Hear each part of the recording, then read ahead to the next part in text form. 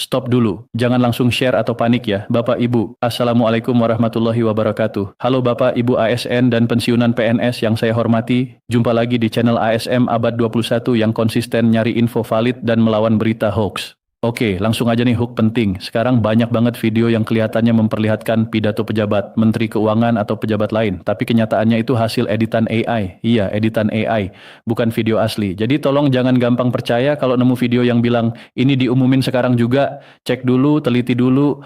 Kami prihatin banget karena banyak bapak, ibu, khususnya pensiunan, yang sudah tertipu karena menganggap video itu asli padahal palsu. Gini ya Bapak nih Bu, ada beberapa tanda gampang buat ngebedain video asli sama hasil editing AI. Pertama, perhatiin gerakan bibir dan sinkronisasinya. Kerap kali nggak sinkron, bibirnya ngomong, suaranya datangnya telat atau lebih duluan, itu tanda waspada. Kedua, gerakan wajah dan ekspresinya sering ada momen yang aneh, nggak nyambung, misal senyum yang nggak ada perubahan otot wajah secara natural. Ketiga, kalau ada dua tokoh yang muncul di video, seringnya tokoh kedua juga nampak ngomong, padahal itu cuma rekayasa. Keempat, tangan dan gestur juga kadang nggak sinkron sama ucapan, kelihatan kaku atau delay. Kelima, suara yang dipakai seringkali terlalu halus atau flat, datar, intonasinya kurang alami, jeda antar kalimat terasa aneh, nggak natural. Keenam, detail wajah sering kelewat mulus, garis wajah pas bergerak, telinga, rambut kadang blur atau nggak konsisten. Yang paling penting, cek sumber resminya. Kalau klaim itu dari Menteri Keuangan, cek akun resmi Kementerian Keuangan di YouTube atau media resmi lainnya. Kalau nggak ada di sana, besar kemungkinan itu AI. Intinya, jangan langsung percaya cuma karena visualnya mirip. Verifikasi dulu Bapak Ibu. Kami sedih lihat banyak pensiunan yang akhirnya percaya dan mikir, oh ternyata pejabat udah ngumumin kenaikan gaji atau tunjangan, padahal itu video palsu. Jadi video ini kita buat sebagai edukasi supaya Bapak Ibu makin jeli dan teliti waktu nerima info. Pastikan sumbernya valid, cek di kanal resmi pejabat terkait, dan jangan buru-buru share. Nah sekarang kita kasih contoh, ini contoh video asli dari Pak Purbaya, Menteri Keuangan. Perhatian, berikut ini kami putarkan dan saya bacakan isi pidato asli Pak Purbaya tentang TRASN dan langkah pemerintah. Dengerin baik-baik, catat semua rinciannya karena ini penting buat Bapak Ibu semua. Untuk bagaimana kelanjutannya itu sedang diproses, sebentar lagi keluar tapi bukan kami yang mengumumkan. Nanti Pak Presiden yang mengumumkan serta mencairkan tunjangan hari raya bagi ASN dan para sudah dengan nilai total mencapai 55 triliun. Catatan, proses pengumuman resmi akan melalui saluran yang berwenang. Untuk menjaga daya beli dan mendorong konsumsi masyarakat selama periode Ramadan dan Idul Fitri 2026, pemerintah menyiapkan paket stimulus yang komprehensif, terutama untuk sektor transportasi dan perlindungan sosial.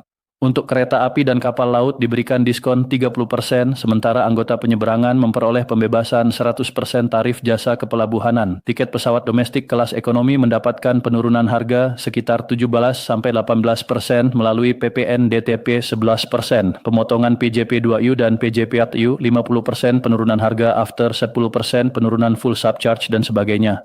Total belanja untuk ini sebesar 0,95-0,92 triliun. Di sisi perlindungan sosial, pemerintah menyalurkan bantuan pangan berupa 10 kg beras dan 2 liter minyak goreng bagi 30,4 juta KPM dengan anggaran total mencapai 14,9 triliun, serta mencairkan tunjangan hari raya bagi ASN dengan nilai total mencapai 5 triliun. Pemerintah juga akan mengakselerasi beberapa subsidi pupuk senilai 30 triliun, pembayaran kompensasi energi 27 triliun, serta rehabilitasi dan rekonstruksi pasca bencana di Aceh dan Sumatera Utara. Hal-hal tersebut menjadi langkah konkret pemerintah untuk memastikan mobilitas masyarakat tetap terjangkau, aktivitas ekonomi meningkat, dan momentum pertumbuhan ekonomi terakselerasi selama periode hari raya hingga triwulan pertama tahun 2026. Semua ini dijalankan tetap dengan menerapkan prinsip kehati-hatian dalam pengelolaan kebijakan fiskal. Selanjutnya, saya sampaikan agak lanjutan dari presentasi yang disampaikan oleh Pak Wamen. Teman-teman media yang saya hormati, kita lihat beberapa lanjutan untuk pendapatan, belanja, dan nanti Pak Wamen Yuda akan menyampaikan untuk pembiayaan. Untuk pendapatan negara dulu ini adalah diambil dari angka-angka yang tadi, detail lebih lengkap ada di slide berikutnya.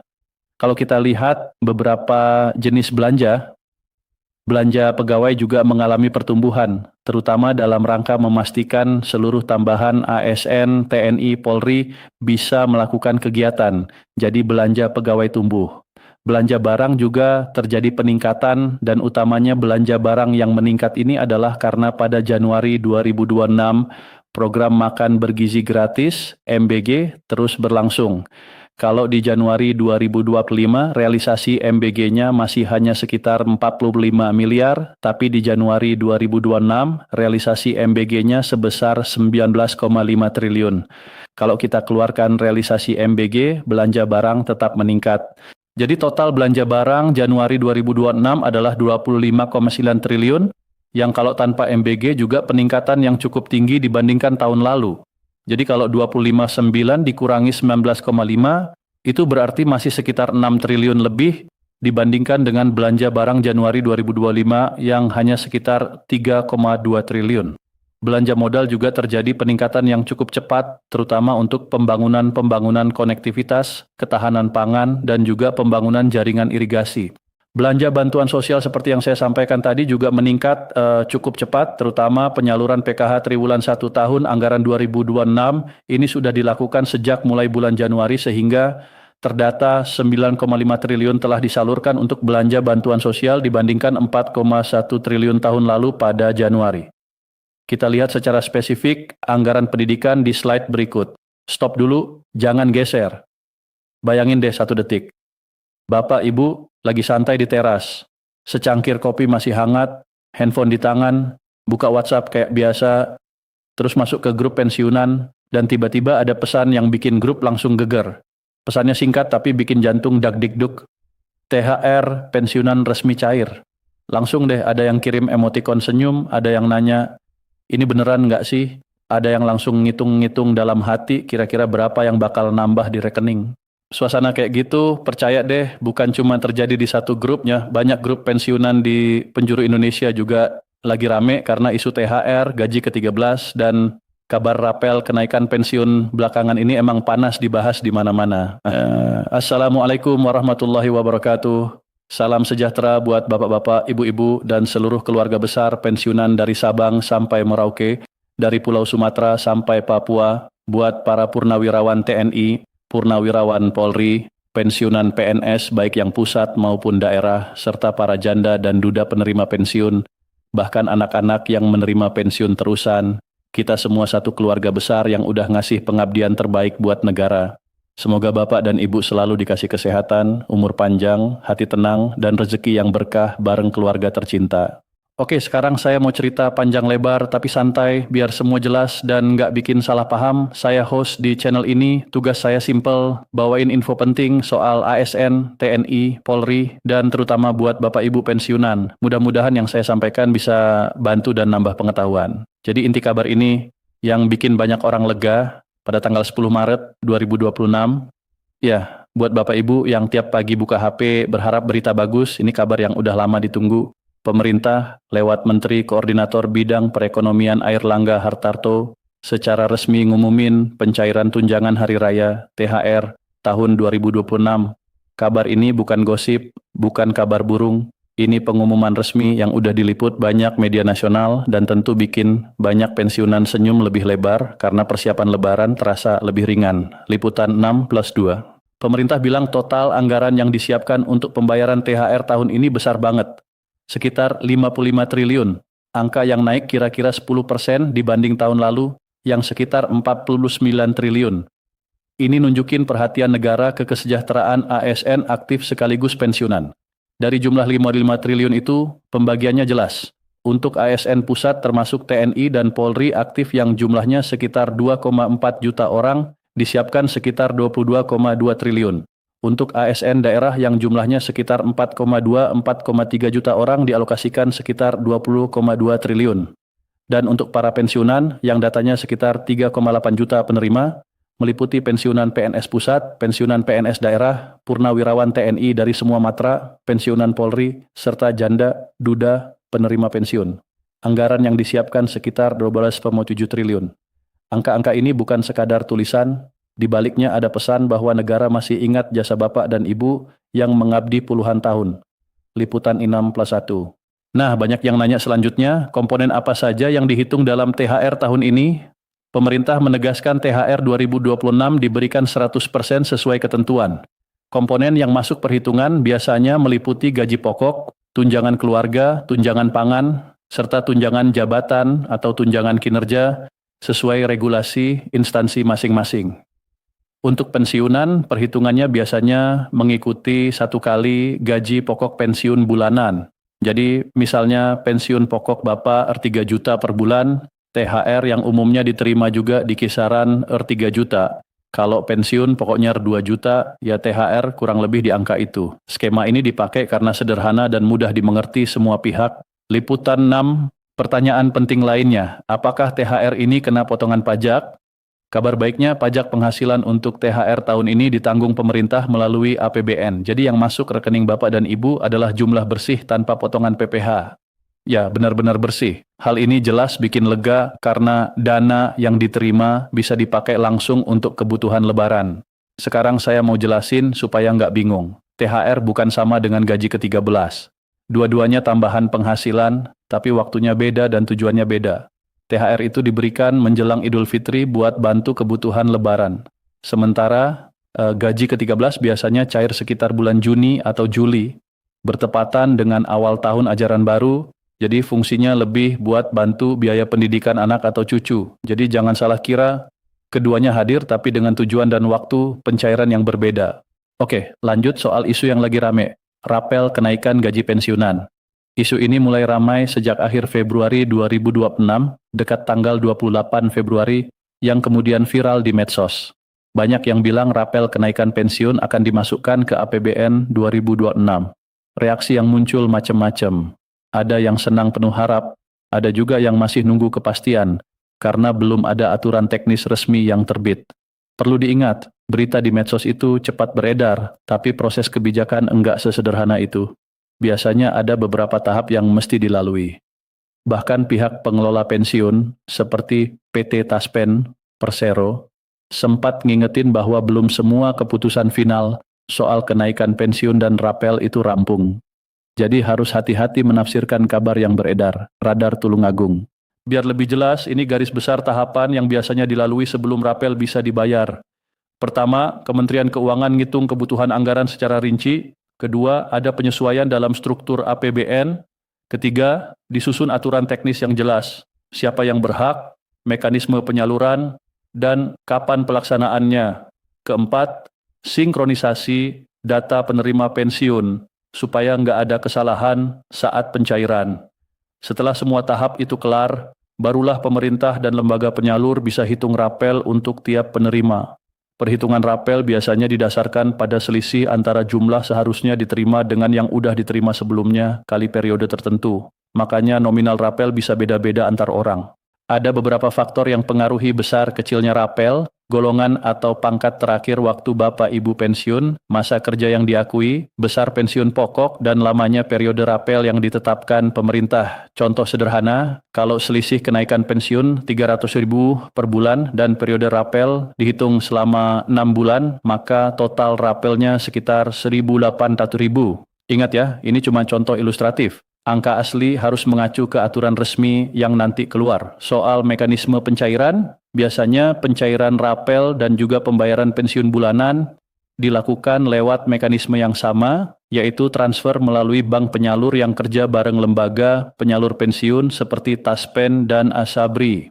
Bank-bank penyalur yang umum dipakai antara lain BRI, Bank, BNI, Bank, dan Mandiri, Bank atau bank lain yang jadi mitra. Karena jumlah penerima sangat banyak, pencairan biasanya dilakukan secara bertahap agar prosesnya terkontrol dan minim kesalahan. Liputan 641. Sambil nunggu kabar resmi dan pencairan, ada beberapa hal praktis yang penting Bapak dan Ibu lakuin supaya nanti prosesnya mulus. Pertama, pastikan rekening bank masih aktif. Kedua, pastikan data pribadi, nomor identitas, nomor rekening, dan data lain, sesuai dengan data yang tercatat di lembaga penyalur. Ketiga, simpan baik-baik dokumen penting seperti SK pensiun dan kartu peserta. Keempat, rajin cek kanal resmi seperti situs Taspen, pengumuman Kementerian Keuangan, atau media mainstream agar nggak salah info. Ngomong-ngomong soal salah info, hati-hati banget ya sama modus penipuan.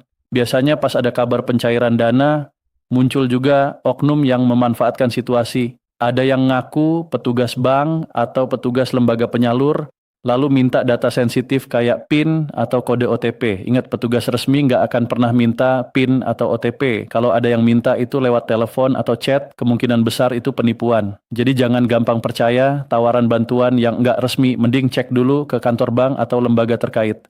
Saya juga mau ulangi poin yang sering bikin bingung. Beberapa berita di medsos bilang THR dan rapel udah mulai masuk rekening pada tanggal tertentu. Memang ada laporan bahwa penyaluran THR untuk pensiunan mulai dilakukan pada awal Maret. Beberapa sumber menyebut ada penyaluran sejak 5 Maret atau bahkan ada pencairan bertahap sejak 26 Februari untuk ASN aktif. Tapi untuk kepastian siapa dapat kapan, besarannya, dan soal rapel kenaikan pensiun masih menunggu aturan teknis yang jelas. Jadi yang penting, tetap cek info resmi dan jangan tergesa-gesa percaya hoax. Liputan Mbibas Watatu. Kalau Bapak atau Ibu nanya, terus apa yang harus saya lakuin sekarang? Jawabannya sederhana. Siapkan dokumen, pastiin data rekening dan identitas sesuai, catat tanggal-tanggal penting kalau ada pengumuman, dan waspada terhadap upaya penipuan. Kalau perlu, hubungi layanan resmi Taspen atau bank penyalur untuk konfirmasi. Jangan lupa juga, kalau ada anak atau cucu yang bantu urus administrasi, pastiin mereka paham soal keamanan data. Pada akhirnya, kita semua tentu berharap kebijakan-kebijakan yang nyangkut kesejahteraan pensiunan bisa berjalan lancar, transparan, dan tepat sasaran. Semoga THR tahun ini beneran bisa membantu kebutuhan keluarga menjelang Lebaran, dan kalau memang rapel kenaikan gaji pensiun jadi dijalankan, semoga prosesnya jelas dan adil sehingga nggak ada yang terlewat. Terima kasih banyak buat Bapak dan Ibu yang udah meluangkan waktu dengerin penjelasan ini sampai habis. Semoga kita semua selalu diberi kesehatan, ketenangan, dan keberkahan dalam menjalani masa pensiun. Bro, tahan dulu jempolnya, jangan langsung scroll. Serius, dengerin cerita ini sampai selesai. Karena informasi yang mau gue sampaikan sekarang bisa jadi penting banget buat Bapak Ibu semua. Terutama yang sampai hari ini masih nunggu kabar soal THR yang belum juga masuk ke rekening. Banyak yang sudah cek ATM berkali-kali, buka mobile banking berkali-kali, bahkan ada yang sampai nanya ke tetangga atau teman sesama pensiunan, kok punya kamu sudah masuk, punya saya belum ya? Nah, kalau Bapak Ibu termasuk yang lagi ngalamin hal itu, video ini benar-benar wajib didengar sampai tuntas. Siapa tahu setelah tahu penyebabnya dan langkah yang harus dilakukan, masalahnya bisa langsung teratasi. Assalamualaikum warahmatullahi wabarakatuh. Salam hormat dan salam sehat untuk Bapak Ibu semua dimanapun berada. Senang sekali rasanya bisa kembali menyapa Bapak Ibu di channel yang selalu berusaha menyampaikan informasi penting seputar pensiunan ASN, termasuk pensiunan PNS, pensiunan TNI, dan juga pensiunan Polri. Di sini kita bukan cuma berbagi kabar terbaru, tapi juga mencoba menjelaskan secara sederhana supaya semua informasi bisa dipahami dengan jelas oleh Bapak Ibu semua. Sebelum kita masuk ke pembahasan utama, seperti biasa kami ingin terlebih dahulu menyampaikan doa terbaik untuk Bapak Ibu semua yang sedang menonton. Semoga Bapak Ibu selalu diberikan kesehatan, umur panjang yang penuh berkah, rezeki yang lancar, dan tentunya kondisi keuangan yang aman, serta tabungan yang tetap terjaga. Karena kita semua tahu, masa pensiun adalah masa menikmati hasil kerja keras selama puluhan tahun mengabdi kepada negara. Jadi semoga segala urusan Bapak Ibu selalu dimudahkan. Baik, sekarang kita masuk ke topik utama yang sedang banyak dibicarakan belakangan ini.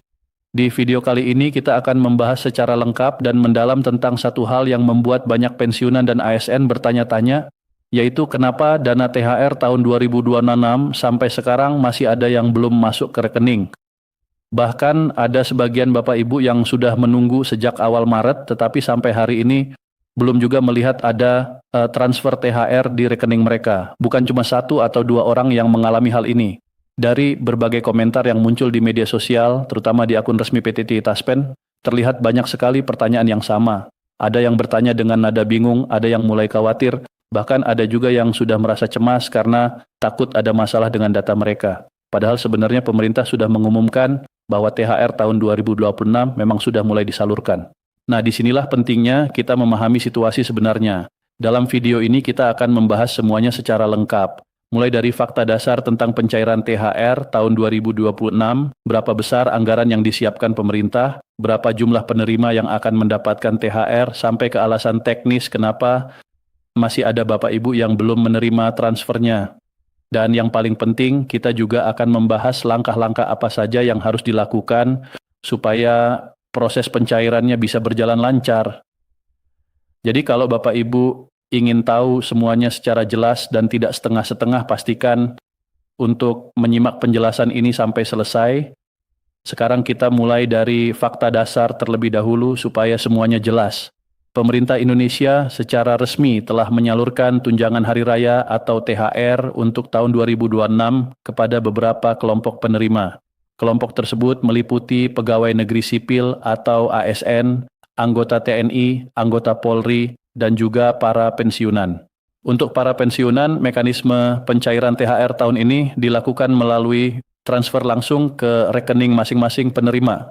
Artinya Bapak Ibu tidak perlu datang ke kantor tertentu atau mengambil secara manual. Dana akan langsung dikirimkan ke rekening bank yang sudah terdaftar di sistem. Namun ada satu hal penting yang perlu dipahami sejak awal. Meskipun pemerintah sudah memulai proses pencairan penyaluran dana tersebut, tidak dilakukan secara serentak dalam satu waktu. Prosesnya dilakukan secara bertahap.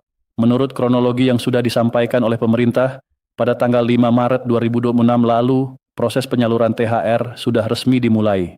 Penyaluran ini dilakukan melalui lembaga-lembaga yang menangani pembayaran pensiun, seperti PT Taspen untuk pensiunan ASN dan PT Asabri untuk pensiunan TNI serta Polri. Sejak tanggal tersebut, dana THR mulai dikirimkan kepada para penerima di seluruh Indonesia. Tetapi karena jumlah penerimanya sangat besar, proses transfer dilakukan secara bertahap melalui bank mitra yang bekerja sama dengan Taspen dan Asabri. Itulah sebabnya kenapa ada sebagian orang yang sudah menerima THR lebih dulu, sementara yang lain masih harus menunggu beberapa waktu. Supaya Bapak Ibu mendapatkan gambaran yang lebih jelas, kita lihat dulu data resminya. Berdasarkan keterangan dari Menteri Koordinator Bidang Perekonomian, Erlangga Hartarto, dalam konferensi pers yang disampaikan pada tanggal 3 Maret 2026, pemerintah telah menyiapkan anggaran yang sangat besar untuk pembayaran THR tahun ini. Untuk ASN Pusat, termasuk anggota TNI dan Polri, jumlah penerimanya mencapai sekitar 2,4 juta orang. Total anggaran yang disiapkan untuk kelompok ini mencapai sekitar 22,2 triliun. Kemudian untuk ASN daerah, jumlah penerimanya bahkan lebih banyak lagi, yaitu sekitar 4,3 juta orang. Total anggaran yang dialokasikan untuk ASN daerah mencapai sekitar 20,2 triliun. Sementara itu untuk para pensiunan, jumlah penerima THR tahun 2026 mencapai sekitar 3,8 juta orang. Total anggaran yang disiapkan untuk kelompok pensiunan ini mencapai sekitar 12,7 triliun.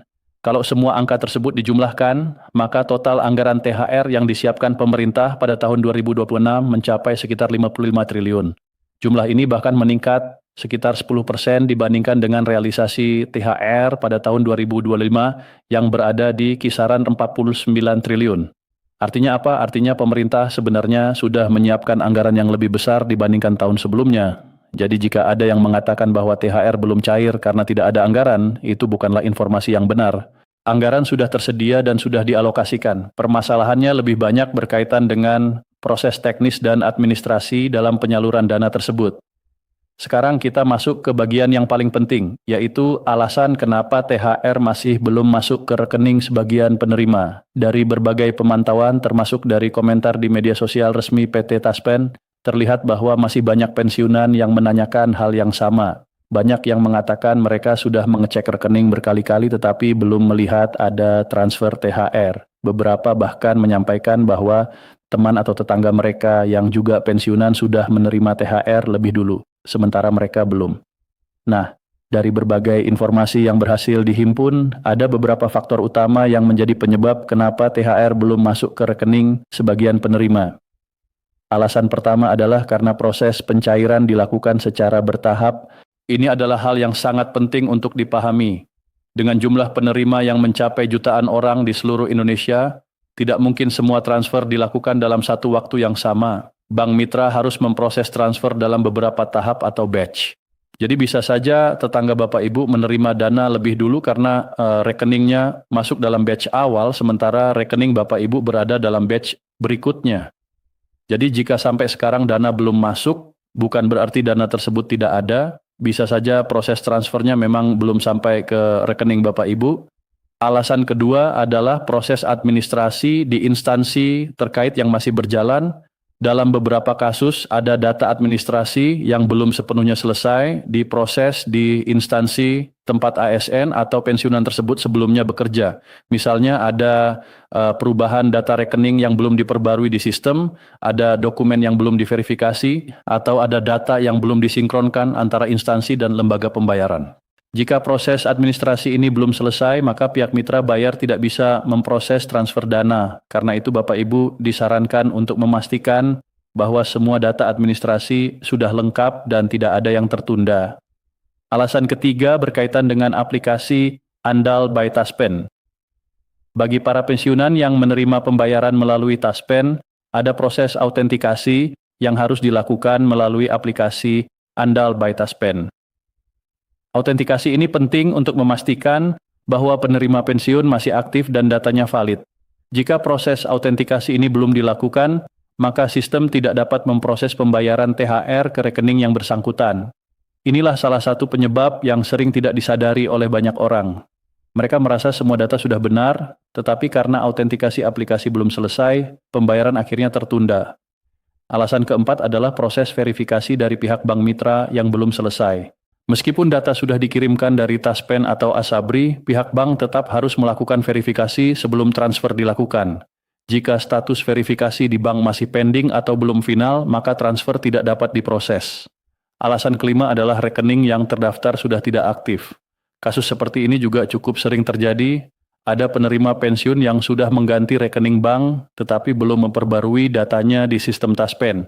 Jika rekening yang tercatat sudah tidak aktif, maka transfer otomatis akan gagal. Karena itu sangat penting untuk memastikan bahwa rekening yang terdaftar di sistem adalah rekening yang masih aktif dan bisa menerima transfer. Setelah memahami berbagai penyebab tersebut, sekarang kita bahas langkah-langkah yang bisa dilakukan supaya THR bisa segera masuk ke rekening Bapak Ibu. Langkah pertama adalah mengecek rekening secara berkala. Karena proses pencairan dilakukan bertahap, dana bisa saja masuk pada waktu yang berbeda. Jadi jangan hanya mengecek sekali lalu berhenti,